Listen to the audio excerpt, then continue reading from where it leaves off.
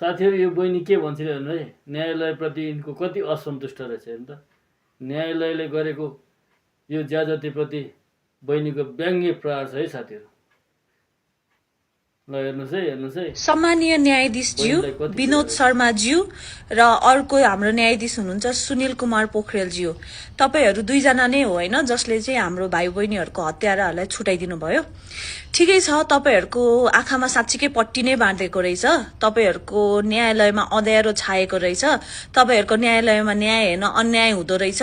त्यसै गरी तपाईहरूको न्यायको तराजुमा पावरलाई माथि र सर्वसाधारण जनतालाई तल राखिँदो रहेछ।